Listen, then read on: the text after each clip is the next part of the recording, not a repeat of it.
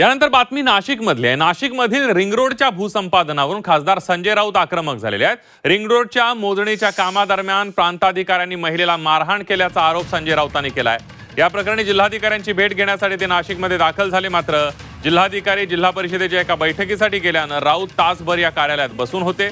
जिल्हाधिकाऱ्यांची भेट घेत बळजबरीनं भूसंपादन करू शकत नाही असा इशारा संजय राऊतांनी दिलेला आहे।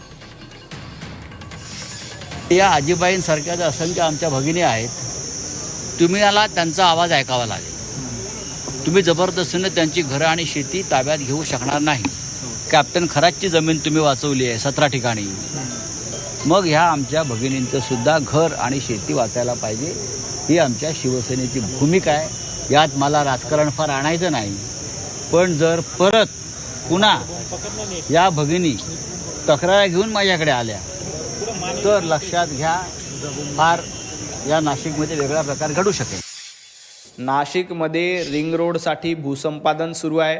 कुठेही कुणासोबतही जबरदस्ती सरकारकडनं केली जात नाही।